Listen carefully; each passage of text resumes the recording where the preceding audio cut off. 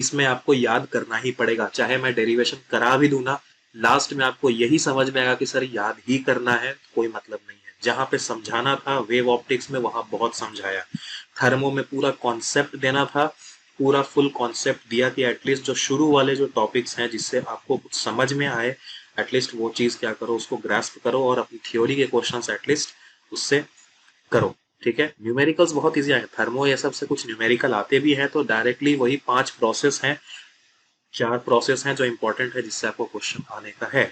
ठीक है, और कुछ भी ज्यादा वैसा नहीं आएगा। चलो आ जाते हैं कूलम्ब्स लॉ पे। तो बिल्कुल देखो यार, ये ग्रेविटेशनल वाला ही मतलब बिल्कुल वैसा ही लॉ है, कुछ भी बहुत ज्यादा चेंज नहीं है। बट हाँ, एक जगह चेंज आएगा आपके प्रोपोर्शनैलिटी जब कांस्टेंट हटाएंगे, लाइक जब प्रोपोर्शनैलिटी हटाएंगे तो जो कांस्टेंट आएगा उसमें फर्क आएगा। तो ग्रेविटेशन वाले में जब डिस्कस करते थे तो उसमें आता था कैपिटल जी वो कांस्टेंट, यहाँ पर हम करेंगे हटाएंगे तो भाई हमारा क्या आएगा, इलेक्ट्रिसिटी के हिसाब से आएगा। ठीक है, तो अभी हम लोग आगे सब कुछ देखेंगे क्या है क्या नहीं है। देखो, the force of attraction or repulsion between 2 point charges q1 and q2 at finite separation small r is directly proportional to the product of charges and inversely proportional to the square of distance between the charges and is directed along the line joining the two charges. So gravitational force भी वैसा ही कुछ बोला करता था, बस फर्क यहाँ वहां पे था कि यहाँ पर दोनों चार्ज कंसिडर कर रहे हैं, ग्रेविटेशन में दोनों मास कंसिडर किया करते थे, रेस्ट डिस्टेंस के स्क्वायर के इनवर्स से ही सर वो भी प्रोपोर्शनल हुआ करता था। ठीक है, तो ये आपका क्या है, कूलम्ब्स लॉ है। और जैसे ही यहाँ पे प्रोपोर्शनैलिटी हटाओगे, दुनिया गवाह है, जब जब प्रोपोर्शनैलिटी हटा है तब तब एक कांस्टेंट आया है। ठीक है, तो यहाँ पर जो कांस्टेंट आता है वो आएगा 1/4 पाई एप्सिलॉन, जहां पर एप्सिलॉन क्या है, ये है परमिटिविटी ऑफ योर मीडियम। ये चीज ध्यान में रखना, क्या बोलते हैं इसको, परमिटिविटी ऑफ मीडियम, और इसका फर्दर अभी वैल्यूज भी आपको बता दिया जाएगा। ठीक है, लाइक परमिटिविटी फ्री स्पेस का भी देखते हैं और आपने जो भी मीडियम्स हैं उनका भी देखते हैं। तो अगर मीडियम रहेगा तो क्या कंसिडर करेंगे, और अगर फ्री स्पेस के रिस्पेक्ट में निकालना रहा तो क्या करेंगे, तो वो सब कुछ अभी आपको हम बताते हैं। तो डाइलेक्ट्रिक कांस्टेंट और क्या है वो सब कुछ अभी यहाँ पे भी आपको आइडिया लग जाएगा। ठीक है, between the charges, if epsilon naught is the permittivity of free space, then the relative permittivity, अगर एप्सिलॉन नॉट आपने डिफाइन कर दिया किसके रिस्पेक्ट में, फ्री स्पेस के लिए डिफाइन कर दिया, then the relative permittivity of the medium और dielectric constant is given by. तो इसको या तो रिलेटिव परमिटिविटी बोल दो, परमिसिबिलिटी नहीं है ये, परमिटिविटी है, ध्यान रखना। ठीक है, और डाइलेक्ट्रिक कांस्टेंट बोल दो। ठीक है, डाइलेक्ट्रिक कांस्टेंट यहीं से आ गया, लाइक आपके मीडियम का क्या परमिटिविटी है with respect to free space, इसको ही क्या बोला जाता है, डाइलेक्ट्रिक कांस्टेंट। और अभी अभी मैंने आपको बताया कि जो मेटल्स होते हैं, मेटल्स में आपकी के की वैल्यू क्या होती जाती है, इनफाइनाइट हो जाती है। तो इनफाइनाइट होने का मतलब ये, या तो ये इनफाइनाइट हो गया होगा या फिर ये परमिटिविटी इन फ्री स्पेस क्या हो गई होगी, जीरो हो गई होगी। ठीक है, बट फ्री स्पेस की परमिटिविटी क्या होती है, जीरो नहीं होती है। ठीक है, तो ये चीज ध्यान में रखो। ओके, आई थिंक ये चीज इजी होगा। तो ध्यान में रखो, ये इसका फॉर्मूला होता है। और परमिटिविटी ऑफ फ्री स्पेस का फॉर्मूला 8.8 मतलब सॉरी इसकी वैल्यू होती है डायरेक्टली 8.86 इंटू 10⁻⁻12। ध्यान में रखना -12, और इसका यूनिट होता है c²n−1m−2। ध्यान में रखना, एटीसी एग्जामिनेशन में ये यूनिट्स काफी ज्यादा पूछ सकते हैं डायरेक्टली। ठीक है, तो ये फॉर्मूला आपको याद ही है, ये क्या होता है, ये डायरेक्टली क्या होता है sir, F is equal to 1/4 pi epsilon into Q1 Q2 upon R square. Sir 4 pi का तो कोई यूनिट है नहीं, अपने को चाहिए एप्सिलॉन। तो एक काम करते हैं ना, यहाँ से एप्सिलॉन हटाते हैं और यहाँ से F को हटाते हैं, इंटरचेंज कर देते हैं। ठीक है, यहाँ पर एप्सिलॉन को लेकर आ जाते हैं और यहाँ पर फोर्स को लेकर आ जाते हैं। सर इसकी तो कोई यूनिट होती नहीं है, इसकी कोई यूनिट होती नहीं है। क्यू की यूनिट कूलम, इसकी यूनिट कूलम, आर की यूनिट सर आर स्क्वायर कितना हो जाएगा, एम स्क्वायर, और फोर्स का यूनिट न्यूटन। ठीक है, तो डायरेक्टली इसका यूनिट क्या बता दोगे सर, इसका यूनिट हो जाएगा coulomb square divided by Newton, और नीचे में क्या हो जाएगा, मीटर स्क्वायर। देखो भाई, कूलम पर न्यूटन पर मीटर स्क्वायर। ठीक है, तो ये चीज आपको आई थिंक समझ में आ गया होगा। और अगर ओवरऑल ये वैल्यू आप लिखना चाहते हो 1/4 पाई की, तो ये बहुत इजी बन जाता है और इसका डायरेक्टली आंसर आता है 9 × 10⁻+9। तो ये बहुत ईजी हो जाता है याद रखना। मतलब डायरेक्टली इसको अगर 1/4 पाई E0 बोलते हो तो ये याद रखना काफी ज्यादा इंपॉर्टेंट हो जाता है। और इसको हम लोग जनरली 1/4 पाई E0 को रिप्रेजेंट करते हैं स्मॉल के से, ठीक है। कैपिटल के था डाइलेक्ट्रिक कांस्टेंट, ठीक है। स्मॉल के से रिप्रेजेंट करते हैं 1/4 पाई E0 को, और इसकी डायरेक्ट वैल्यू क्या होती है फ्री स्पेस में 9 × 10⁹ न्यूटन मीटर स्क्वायर पर कूलम स्क्वायर। तो देखो ना यहाँ पे एमिसिविटी नीचे आ रहा है डिनोमिनेटर में, तो भाई ये जो भी यूनिट आ रहा है इसका पूरा रिवर्स कर दो, है कि नहीं। तो डायरेक्टली क्या बन जाएगा न्यूटन मीटर स्क्वायर पर कूलम स्क्वायर, ठीक है। तो ये तो आई थिंक आपको समझ में आ गया होगा। और अगर ये तो सब कुछ ऐसा यूनिट में है, अगर इसको तुम क्या कहाँ पे लेकर आ जाओ, अगर सीजीएस यूनिट में लेकर आ जाओ तो ये डायरेक्टली बन जाएगा 1, ठीक है। इसलिए इसको सीजीएस यूनिट को देखकर ही इसको साथ में लिखा गया, ठीक है। तो ये चीज भी ध्यान में रखना। कूलम्स लॉ में also be expressed as this one. अगर आप किसी मीडियम में लेकर जा रहे हैं और आप उसको फ्री स्पेस के करस्पॉन्डिंग ही लिखना चाहते हैं, तो या तो तुमको कुछ भी नहीं करना है, नीचे में जहां पर भी एप्सिलॉन है, एप्सिलॉन के साथ में या तो उसके रिलेटिव एप्सिलॉन या फिर उसी को बोलते हैं डाइलेक्ट्रिक कांस्टेंट। तो डाइलेक्ट्रिक कांस्टेंट के साथ क्या कर दोगे, नीचे बस मल्टीप्लाई कर दोगे। तो डाइलेक्ट्रिक कांस्टेंट क्या हो जाएगा, देखो अगर किसी मीडियम में है तो उसका जो परमिटिविटी होगा वो क्या होगा, एप्सिलॉन होगा। तो फाइनल फॉर्मूला ये बनना चाहिए 1/4 पाई एप्सिलॉन, ओके, है कि नहीं। तो बट हमें लिखना है किसके टर्म्स में, एप्सिलॉन नॉट के टर्म्स में हमेशा, क्योंकि भाई हमें तो वैल्यू एप्सिलॉन नॉट की पता है सर, यूनिवर्सल वैल्यू है, तो इसके रिस्पेक्ट में लिखेंगे तो चीजें इजी हो जाएंगी।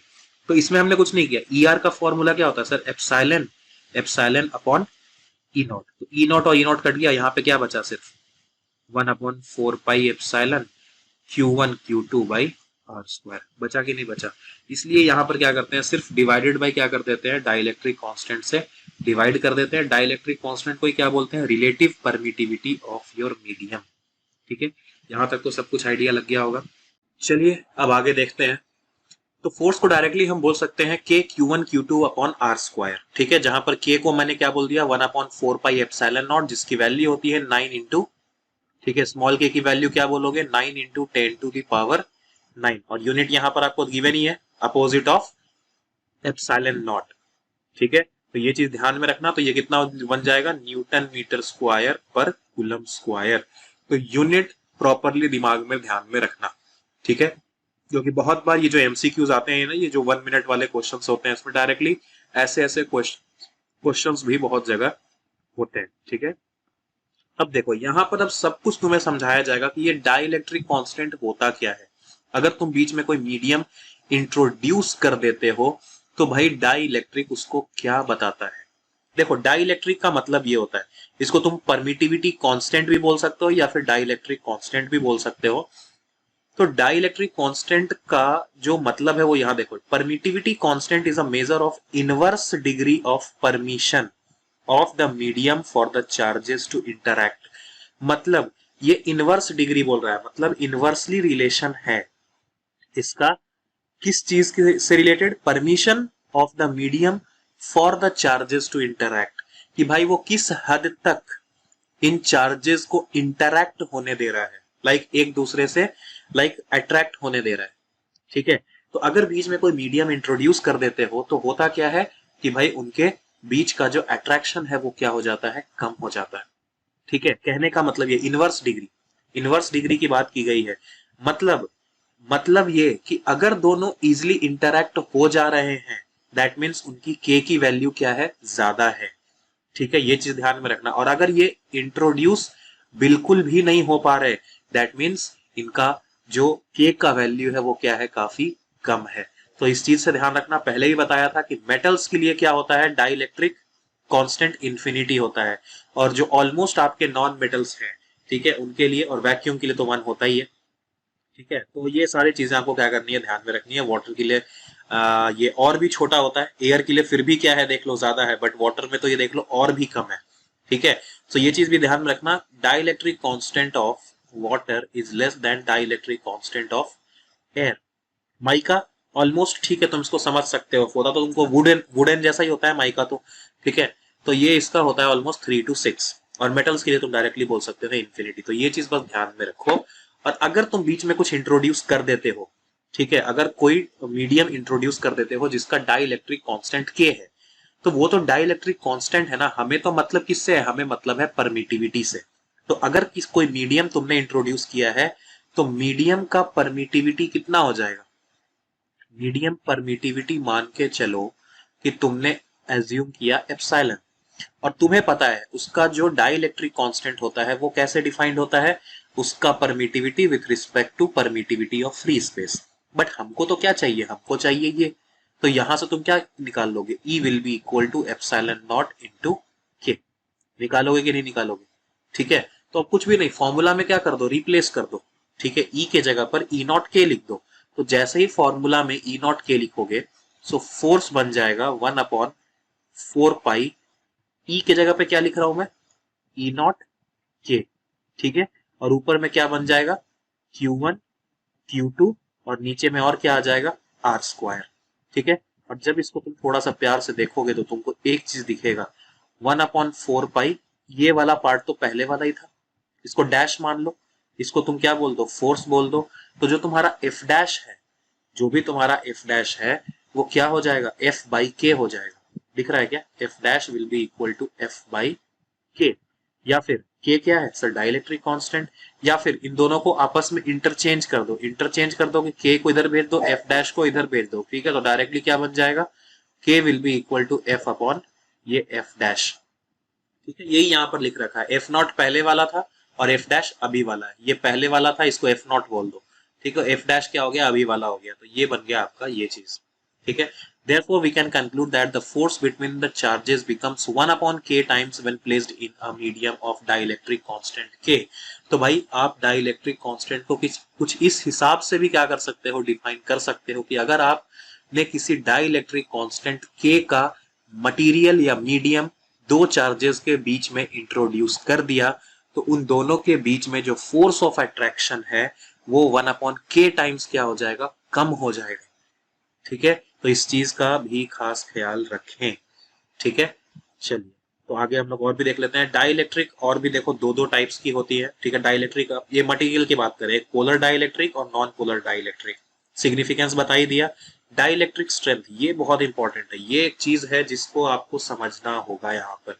तो डाइलेक्ट्रिक स्ट्रेंथ का मतलब क्या है, the maximum value of electric field that can be applied to the dielectric material without its electric breakdown is called its dielectric strength.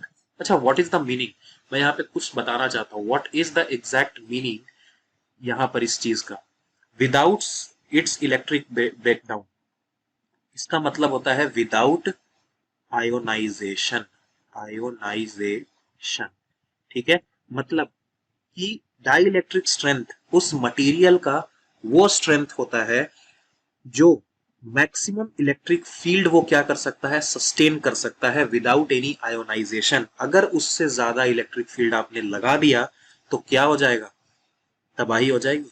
अगर इससे ज्यादा आपने क्या लगा दिया, अगर आपने इलेक्ट्रिक फील्ड लगा दिया तो वो जो भी मटेरियल आपने अंदर डाला है डाइलेक्ट्रिक का वो क्या हो जाएगा, आयोनाइज हो जाएगा। और जैसे ही आयोनाइज हुआ तो क्या हो जाएंगे, आयंस फिर घूमने स्टार्ट हो जाएंगे, इलेक्ट्रिसिटी कंडक्ट हो जाएगी, मजा आ जाएगा।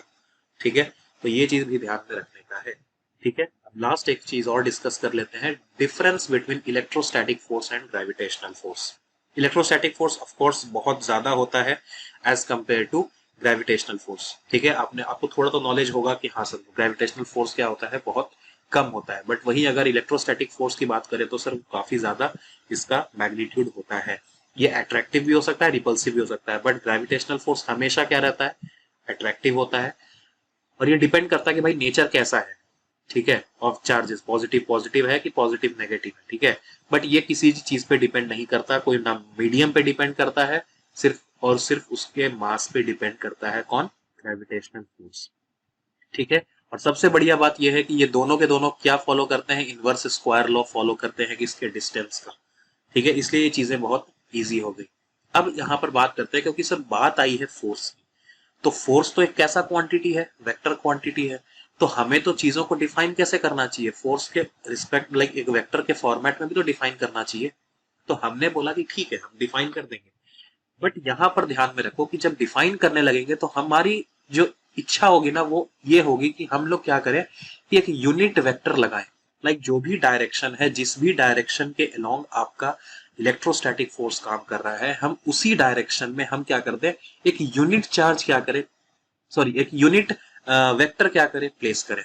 यूनिट वेक्टर से क्या होगा कि भाई अपना मैग्नीट्यूड चेंज भी नहीं होगा, ठीक है, तो रिप्रेजेंटेशन भी आ जाएगा कि भाई कौन से डायरेक्शन में लग रहा है और मैग्नीट्यूड भी मिल जाएगा, है कि नहीं। तो इसलिए इसलिए हमने कुछ भी नहीं किया, लाइक जिस भी डायरेक्शन में हमारा फोर्स लग रहा है हमने उस डायरेक्शन का क्या कर दिया, यहाँ पर एक यूनिट वेक्टर डिफाइन कर दिया। और यूनिट वेक्टर क्या होता है, यूनिट वेक्टर आपने मैथ्स में पढ़ा होगा, यूनिट वेक्टर इज नथिंग, ये होता है वो vector divided by its own magnitude, उसका खुद का मैग्नीट्यूड ही होता है ना। इसको थोड़ा मिटाकर वापस से लिख दूं क्या, गुस्सा तो नहीं करोगे। देखो ये हो गया इतना, इसको ही तो बोलते हैं, ठीक है। तो अगर मुझे इसको यहाँ पे क्या करना है, लाइक हम सिर्फ वेक्टर के फॉर्मेट में लिखना चाहते हैं, तो वेक्टर के फॉर्मेट में कैसे लिखोगे, vector will be equal to R cap, और ये क्या हो जाएगा इधर मल्टीप्लाई हो जाएगा इनटू मैग्नीट्यूड ऑफ दैट, ठीक है। तो अगर यहाँ पर आर के फॉर्मेट में लिखना चाहते हो, अगर तुम वहां पर इंट्रोड्यूस करना चाहते हो, ठीक है, तो यहाँ पर नीचे में क्या हो जाएगा, एक और आर क्यूब आ जाएगा, है कि नहीं। मैंने सिर्फ कुछ भी नहीं किया, मैंने सिर्फ उसको क्या किया, वहां पर इंट्रोड्यूस कर दिया। यहाँ में मैग्नीट्यूड था ना, मैग्नीट्यूड था, आर कैप के जगह पे मैंने क्या रख दिया, आर वेक्टर अपॉन आर, ये मैग्नीट्यूड उसका मैग्नीट्यूड है, तो नीचे आर स्क्वायर पहले ही था, एक और मैग्नीट्यूड आर का आ जाएगा तो बन जाएगा आर क्यूब। तो अगर वेक्टर के फॉर्मेट में लिखते हो तो नीचे आर क्यूब, अगर यूनिट वेक्टर के फॉर्मेट में लिखते हो तो कोई दिक्कत वाली बात नहीं है, मैग्नीट्यूड में कोई चेंज नहीं आएगा। अगर वेक्टर के फॉर्मेट में लिखते हो तो भैया मैग्नीट्यूड में चेंज आ जाएगा, ठीक है। देखो वेक्टर के फॉर्मेट में लिखे तो उसका यूनिट वेक्टर किससे मल्टीप्लाई हो गया, उसके खुद के मैग्नीट्यूड में, या उसके खुद के मैग्नीट्यूड से मल्टीप्लाई हुआ। तो भाई अगर इसको तुम डालते हो अपने फॉर्मूले में तो ऑफ कोर्स आपका जो आंसर होगा वो क्या आएगा, डिफरेंट आएगा। तो हमेशा कोशिश करो कि यूनिट वेक्टर को ही रिप्रेजेंट किया जाए उसमें, ठीक है, क्योंकि मैग्नीट्यूड में कोई चेंज ना आए।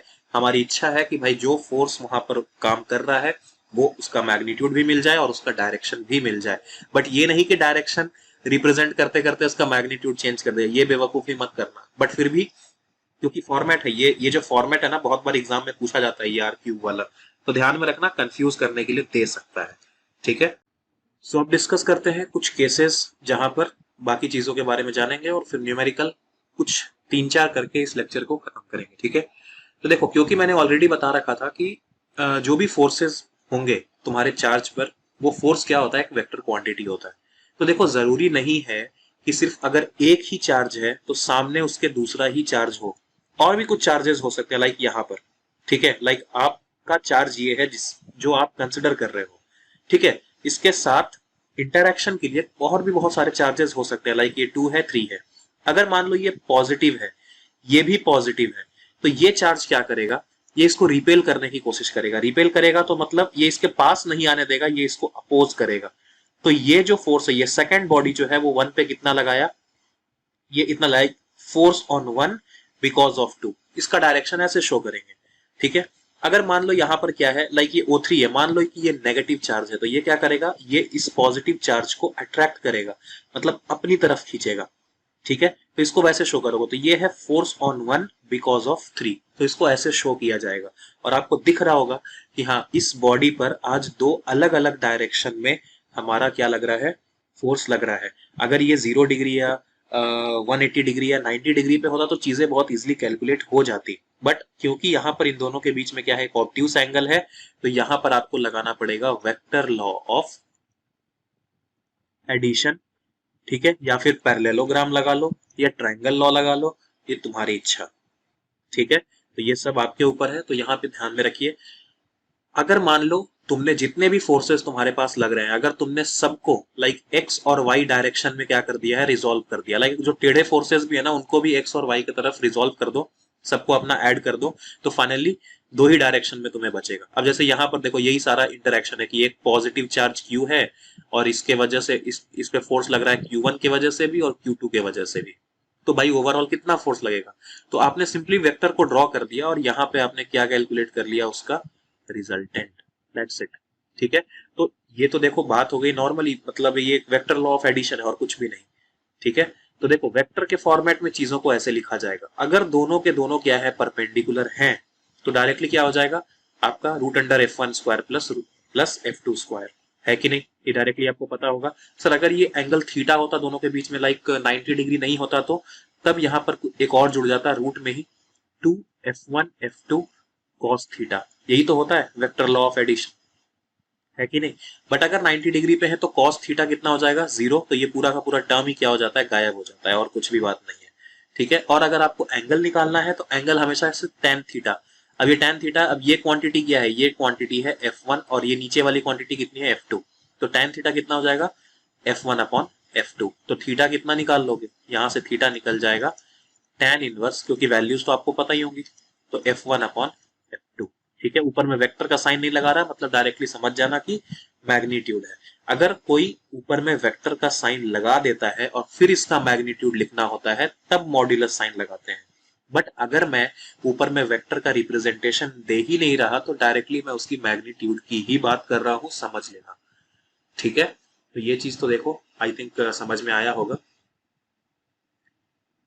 अब यहाँ पर मैं कुछ और चीज भी आपको बताना चाहता हूँ। अब यहाँ पर बात आएगी सुपर पोजिशन की। ठीक है। यहाँ पर इसको अगला नेक्स्ट बताने से पहले मैं थोड़ा सुपर पोजिशन भी आपको बताना चाहता हूँ। ठीक है। अब सुपर पोजिशन क्या है? कुछ भी नहीं, जैसा पहले आप पढ़ते थे, लाइक जैसे यहाँ पर अभी समझ में आया कि भाई दूसरे और भी दूसरे चार्जेस हैं, उनके वजह से भी हमारा क्या हो सकता है? ये चीज आ सकता है। तो यहाँ पर तो इसलिए मैंने सबसे पहले दो चार्जेस के बीच का क्या बताया, सब कुछ बताया। बट अगर चार्जेस 3 हो जाए, 4 हो जाए, 5 हो जाए, फिर तो यार ये वेक्टर लॉ ऑफ एडिशन लगाना बेकार हो जाएगा ना। उस केस में आपको क्या लगाना पड़ेगा? Superposition principle. ठीक है। तो सुपर पोजिशन प्रिंसिपल में वैसा ही सारा कुछ केस है, वही k q1 q2 upon R square. Representation वही है, अपनी बॉडी को 1 मान लो और बाकी को 2 3 4 5 से स्टार्ट कर लो। तो यहाँ पर वही डिस्टेंस, और यहाँ पर हर के वजह से उसका क्या आ जाएगा? अपना यूनिट वेक्टर आ जाएगा। वैल्यूज पुट करोगे, बाद में वही वेक्टर लॉ ऑफ एडिशन से चीजें क्या होंगी? कैलकुलेट होंगी। ठीक है। तो वही सारा कुछ है और कुछ भी नहीं है। ठीक है। तो अगर 1 और 2 के बीच में देखोगे तो यहाँ पे Q1 Q2 आएगा और डिस्टेंस में R12 आ जाएगा। ठीक है। और यहाँ पर 1 3 के बीच में देखोगे तो Q1 Q3 आएगा, यहाँ पे R13 आ जाएगा। इसी तरह से वो चलता चला जाएगा जितने भी आप चार्जेस कंसिडर करोगे। ठीक है। कूलम्स लॉ को कब हम वैलिड मानेंगे? अगर पॉइंट मास कंसिडर करते हो, पॉइंट चार्ज कंसिडर करते हो, उसका शेप बहुत छोटा है, तो एटलीस्ट इतना भी छोटा नहीं होना चाहिए कि न्यूक्लियर फोर्सेस डोमिनेट करने लग जाए। आपको पहले भी बताया था, आई थिंक थोड़ा सा थर्मो में मैंने ये चीज हिंट दिया था कि भाई देखो न्यूक्लियर क्या है, कि जब स्पेसिंग उन दोनों के बीच में बहुत कम हो जाती है तो भाई न्यूक्लियर फोर्सेस डोमिनेट करने लग जाते हैं, और वहां पर फिर कंसिडरेशन इसका रहेगा ही नहीं। ठीक है। इसलिए हमेशा कूलम्स लॉ कब वैलिड रहेगा? जब r किससे बड़ा हो? 10⁻⁻15 मीटर से बड़ा हो। ठीक है। बात करते हैं कंटिन्यूअस चार्ज डिस्ट्रीब्यूशन की। जब चार्ज डिस्ट्रीब्यूशन कंटिन्यूअस है, मतलब अलग अलग नहीं है। प्रोबेबिलिटी में भी मैंने बताया था, एक होता है डिस्क्रीट, एक होता है कंटिन्यूअस। जैसे ही कंटिन्यूअस की बात आ गई, प्रोबेबिलिटी ऑलरेडी पढ़ा रखा है मैंने हमेशा बताया था कि कौन से मेथड पे आ जाओगे? सर हम आ जाएंगे डायरेक्टली इंटीग्रेशन के मेथड पे। और कंटिन्यूअस है तो हमेशा एक एलिमेंट मान के बैठ जाएंगे। ठीक है। अगर कोई बॉडी है, ठीक है, कंटिन्यूअस है, हर जगह चार्ज है, तो तुम क्या मानोगे? तुम उसमें से एक एलिमेंट उखाड़ लोगे। ठीक है, कि भाई चलो एक छोटा सा एलिमेंट है, इस पे चार्ज कितना है? dq मान लो। और हमारा ये है हमारा बॉडी कंसिडरेशन वाला, जिसका चार्ज कितना मानते हो? q1 मानते हो। तो आज तुम सिर्फ इस एलिमेंट और इस चार्ज का इंटरेक्शन देखोगे, जहां पर इस चार्ज के ऊपर कितना चार्ज रहेगा? Q1, और इस एलिमेंट के ऊपर कितना चार्ज हो जाएगा? dq। तो फॉर्मूला बिल्कुल वैसा ही बन जाएगा, k Q1 और Q2 की जगह पे क्या लिख दोगे? dq अपॉन आर स्क्वायर, और ये जो भी डायरेक्शन है इसका यूनिट वेक्टर मेंशन कर दोगे इससे। तो ये तो मिल गया तुम्हें वेक्टर रिप्रेजेंटेशन, जिससे तुम्हारा मैग्नीट्यूड भी पता लग गया और तुम्हें उसका डायरेक्शन भी पता लग गया। ठीक है। तो टोटल फोर्स कैसे निकालोगे? अब सर यहाँ पर dq माने हैं एलिमेंट का, तो यहाँ पर क्या आ जाएगा? df आ जाएगा। अब पूरे सबको इंटीग्रेट करने के लिए क्या करोगे? लाइक टोटल कैलकुलेट करने के लिए उस df को इंटीग्रेट करोगे। जब इंटीग्रेट करोगे तो ये सिचुएशन आएगा। अब क्योंकि हर एक डिस्टेंस, लाइक यही तो r था, यहाँ पर लाओगे एलिमेंट यहाँ का लोगे तो ये r चेंज कर जाएगा, ये डिस्टेंस चेंज हो जाएगा ना। लाइक हर एलिमेंट के लिए r क्या हो जाएगा? अलग अलग होगा। That means r is actually your function of q। अलग अलग एलिमेंट्स का अलग अलग r है, तो मतलब r को मैं बाहर नहीं ले पाऊंगा। मैथमेटिक्स में मैंने बहुत, कैलकुलस में तो ये बहुत सारे बेसिक्स मैंने आपको ऑलरेडी बताए हैं। ठीक है, कि भाई कैसे समझ में आएगा कि भाई किसको निकालने का है। तो बहुत सारी डिपेंडेंसी मैंने आपको बताई थी, और कैसे कैसे चीजों को समझना है, क्योंकि देखो एग्जाम में तो क्वेश्चन आपको नया मिलेगा। वहां पे तो ये नहीं रहेगा ना कि भाई हमने रट के चले गए और वहां पे टाप दिया, ऐसा तो कुछ नहीं होता है। इसलिए मैथमेटिक्स एक ऐसा सब्जेक्ट है जहां पर कोर्स कराने से कुछ नहीं होता, कॉन्सेप्ट्स कराने से होता है, ये चीज ध्यान रखना। ठीक है, वहां पर कोर्स वोर्स कहीं कुछ काम नहीं आएगा कि भाई ये इसको ऐसे पढ़ लिया, इसका सॉल्यूशन ऐसे आता है, उसका सॉल्यूशन ऐसे आता है। अरे वही क्यों आता है, वही डायरेक्शन में क्यों सोचा, ये तो थोड़ा सा दिमाग लगाओ, भेजा लगाओ, तभी तो कोई नए क्वेश्चन आएंगे तो अप्रोच कर पाओगे। ठीक है, वही सिनेरियो यहाँ पर भी है। तो हमने कुछ यहाँ पे वेरिएबल क्या किया, आइडेंटिफाई किया। मैथमेटिक्स में भी और भी बहुत सारे तरीके बताए थे कि कैसे वेरिएबल्स को आइडेंटिफाई करना है। ठीक है, चलो, तो ये पूरा सिनेरियो हुआ और डायरेक्टली तुम क्या कर लोगे, फाइनली इंटीग्रेट कर दोगे डी क्यू जो भी है अपना है। अब देखो ये डी क्यू बहुत अलग अलग टाइप का हो सकता है। चार्ज डिस्ट्रीब्यूशन जरूरी नहीं है कि ये एकदम लीनियर वे में ही हो, वॉल्यूमेट्रिक भी हो सकता है, सरफेशियल भी हो सकता है, लीनियर भी हो सकता है। ठीक है, मैथ्स में भी आई थिंक ये सारी चीजें आई होंगी, ये चीज को ध्यान में रखिए। ठीक है, तो यहां से अब बात आती है कि भाई ये डी क्यू है कैसा, इसके नेचर को जानना है। तो सबसे पहला हमने बात कर लिया वॉल्यूम चार्ज डिस्ट्रीब्यूशन। अगर कोई चार्ज है, ठीक है, एक बॉडी है और वो पर यूनिट वॉल्यूम डिफाइंड है, तो उसको रिप्रेजेंट करेंगे रो से, चार्ज पर यूनिट वॉल्यूम, कूलम पर मीटर क्यूब। ठीक है, तो ये चीज ध्यान में रखना। अगर सरफेस है तो उसका रिप्रेजेंटेशन आएगा सिग्मा से। जैसे होता है ना, प्लेन शीट होता है, इनफाइनाइट प्लेन शीट। ठीक है, तो प्लेन शीट है जिसका थिकनेस ऑलमोस्ट क्या है, नेग्लिजिबल है, तो इसको बोलोगे सरफेस। इस पे जो भी चार्ज रहेगा वो सरफेस पे डिस्ट्रीब्यूटेड रहेगा ना, तो इसको हम लाइन चार्ज नहीं बोल सकते कभी भी। ठीक है, तो यहाँ पर यूनिट एरिया डिफाइन करना पड़ेगा, तो उसका रिप्रेजेंटेशन है सिग्मा से। ठीक है, अब भाई किसी चीज को पर मीटर क्यूब, पर यूनिट वॉल्यूम डिफाइन कर रहे हैं, किसी को पर यूनिट एरिया डिफाइन कर रहे हैं, तो भाई उसको पहचानने के लिए रिप्रेजेंटेशन भी तो अलग अलग देना पड़ेगा ना। तो पर यूनिट वॉल्यूम के लिए हमने बना दिया रो। ठीक है, वैसे ही मास के केस में भी, वैसे डेंसिटी में वही किया था हमने, उसको भी रो से शो किया था। ठीक है, हमने सरफेस टेंशन, लाइक आपको सरफेस टेंशन के बारे में पता होगा, वहां पर भी क्या फोर्स, मतलब ये आपको नहीं पता होगा, बट वहां पे भी एक उसका per unit area formula defined है और वहां पर सिग्मा से हम लोग डिफाइन करते हैं। ठीक है, तो पर यूनिट एरिया के लिए हम लोग क्या करते हैं, जनरली आपको पता होगा surface tension force per unit length. ठीक है, बट सरफेस टेंशन के बारे में आपको ये नहीं पता होगा कि वो एनर्जी के फॉर्मेट में भी डिफाइंड है। ठीक है, सरफेस टेंशन को आप एनर्जी पर यूनिट एरिया भी बोल सकते हो। ठीक है, इसका बहुत ही जबरदस्त कॉन्सेप्ट है। ठीक है, सरफेस टेंशन का। ठीक है, तो ये देखो सरफेस टेंशन का दो अलग अलग डेफिनेशन है, एक स्केलर और एक वेक्टर। ये स्केलर वाला डेफिनेशन है, वेक्टर वाला होता है फोर्स पर यूनिट लेंथ। ठीक है, तो ये छोटी छोटी बातें हैं जो कि ऑलरेडी मैं बताता रहूंगा। तो यहाँ पर भी अगर पर यूनिट एरिया डिफाइन कर रहे हैं तो उसको रिप्रेजेंट किया जाएगा सिग्मा से। कंपेयर कर दिया मैंने सरफेस टेंशन से। ठीक है, तो ये चीज भी ध्यान में रखिए। अब लीनियर चार्ज डिस्ट्रीब्यूशन, अगर कोई जैसे रोप जैसा कोई चीज है, ठीक है, एकदम ऐसा कोई रोप जा रहा है जो कि बहुत पतला है, जिसका डाया बहुत छोटा है, तो वहां पर हम क्या करें, वहां पर लीनियर मानो। ठीक है, तो उसका रिप्रेजेंटेशन है लेम्डा से। ठीक है, जो भी टोटल चार्ज है उस पूरे बॉडी पे divided by its own length, तो आप वहां पर कैसे डिफाइन कर दोगे, पर यूनिट लेंथ। तो आई थिंक ये चीज आपको नॉर्मली आइडिया लगा होगा। ठीक है, तो इसको हटा देता हूं मैं, इसको भी हटा देता हूं। चल, तो ये चीज समझ में आ गया कि सर ये डी क्यू कौन कौन से तरह के हो सकते हैं। सर तीन तरह के हो सकते हैं, पर unit volume, per unit area and per unit length. तो तीनों का हमने रिप्रेजेंटेशन भी देख लिया। पर यूनिट वॉल्यूम को रो से डिनोट करते हैं, पर यूनिट एरिया को सिग्मा से, और पर यूनिट लेंथ को लेमडा से।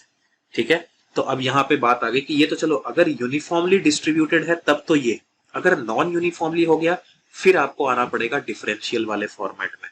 तो उसके केस में क्या हो जाएगा, यहाँ पर क्यू बाई वी था, यूनिफॉर्म था, तब तो हमने डायरेक्टली लिख दिया था क्योंकि हर जगह एक जैसा ही है, तो भाई पर यूनिट वॉल्यूम डायरेक्टली डिवाइड कर दो। बट अगर हर जगह यूनिफॉर्मली डिस्ट्रीब्यूटेड नहीं है तो उसको कैसे, कौन से फॉर्मेट में लिखोगे, डिफरेंशियल वाले फॉर्मेट में, और हर एलिमेंट को क्या करते जाओगे, ऐड करते जाओगे। तो पर यूनिट वॉल्यूम में रो डिफाइन होगा डी क्यू बाई डीवी, यहाँ पर सिर्फ क्यू बाई वी था तो यहाँ पे हो गया D Q by DV. Sigma था यहाँ पे क्यू बाई ए, तो यहाँ पे हो जाएगा D Q by D A. यहाँ पे लेमडा क्या था, क्यू बाई एल, तो यहाँ हो जाएगा D Q by D L. बस, ठीक है, डायरेक्टली डिफरेंशियल फॉर्मेट में आपको आ जाना है। ठीक है, where dq is the amount of charge in a small volume surface or length element, whatever your consideration is.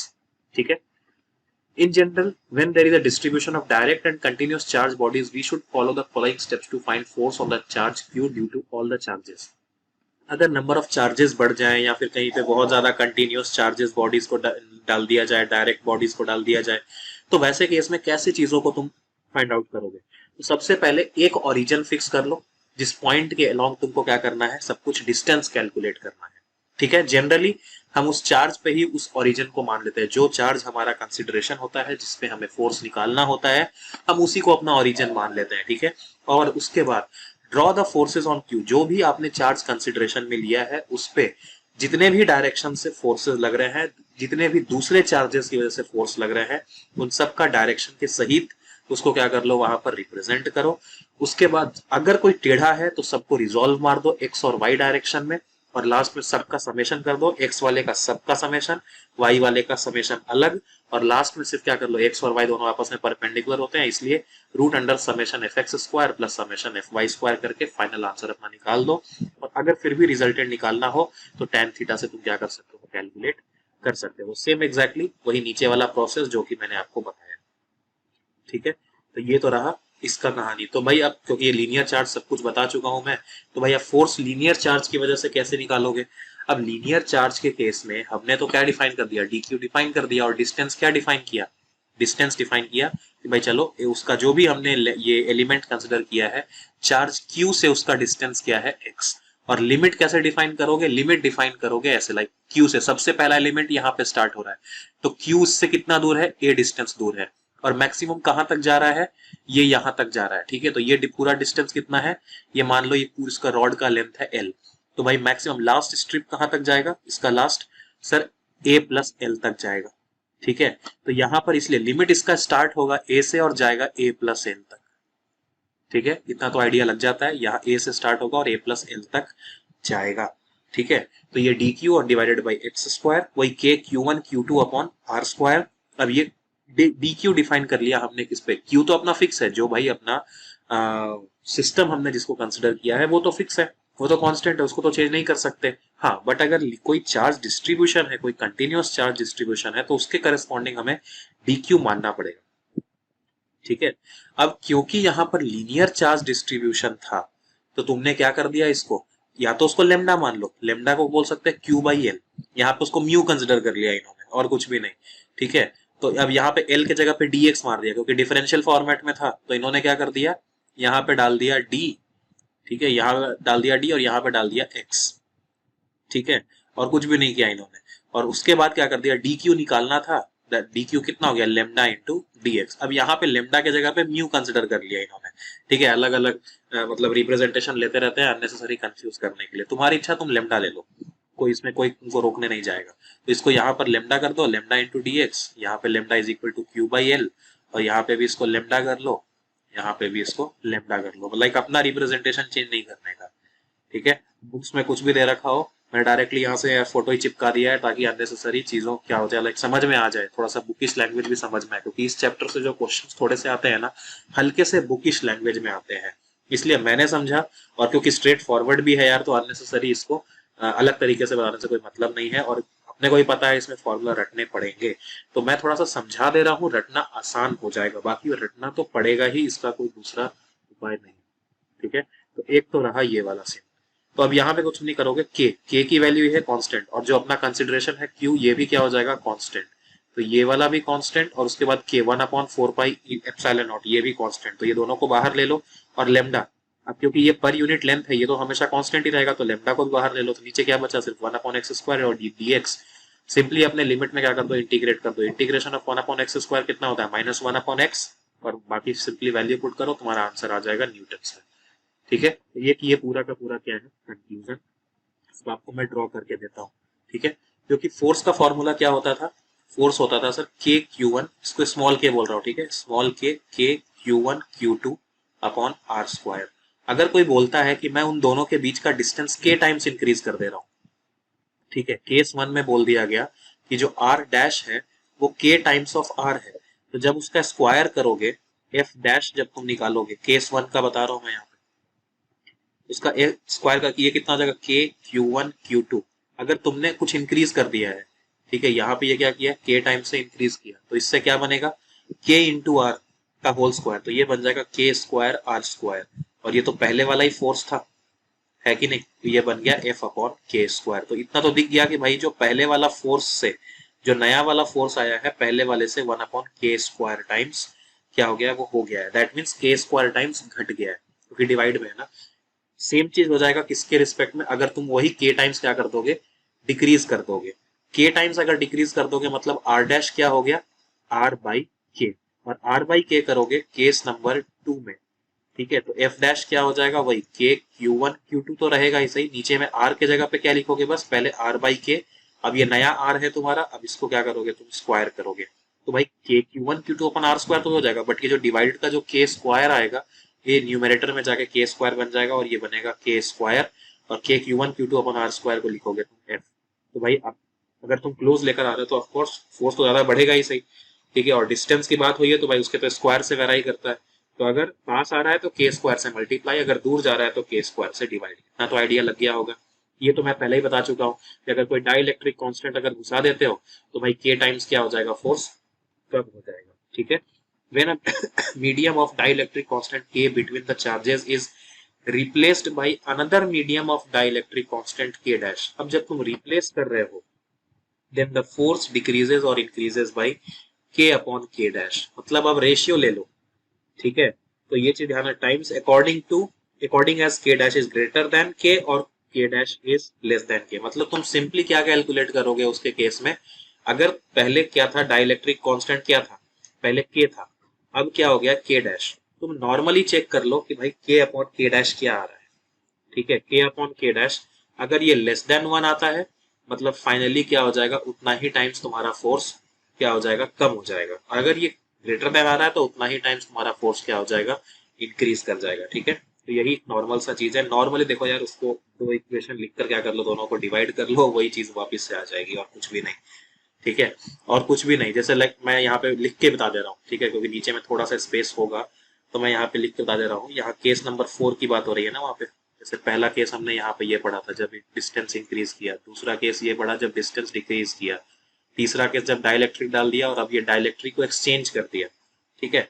तो पहले जब पहले था, जब डाइलेक्ट्रिक था हमारा ऑलरेडी, तब क्या था, के Q1 Q2, ये स्मॉल के है, ठीक है, अपॉन आर स्क्वायर, और ये कैपिटल के है, ठीक है। अब जो मैं लिखने जा रहा हूँ ये क्या है, कैपिटल के है, पहले था ये, ठीक है। दूसरी बार में क्या हुआ, जो अपना एफ डैश आया, एफ डैश के केस में क्या हुआ, ये बना के Q1 Q2 upon R square, तो था ही सही, बट आज आपने किसी दूसरे से क्या कर दिया, रिप्लेस कर दिया।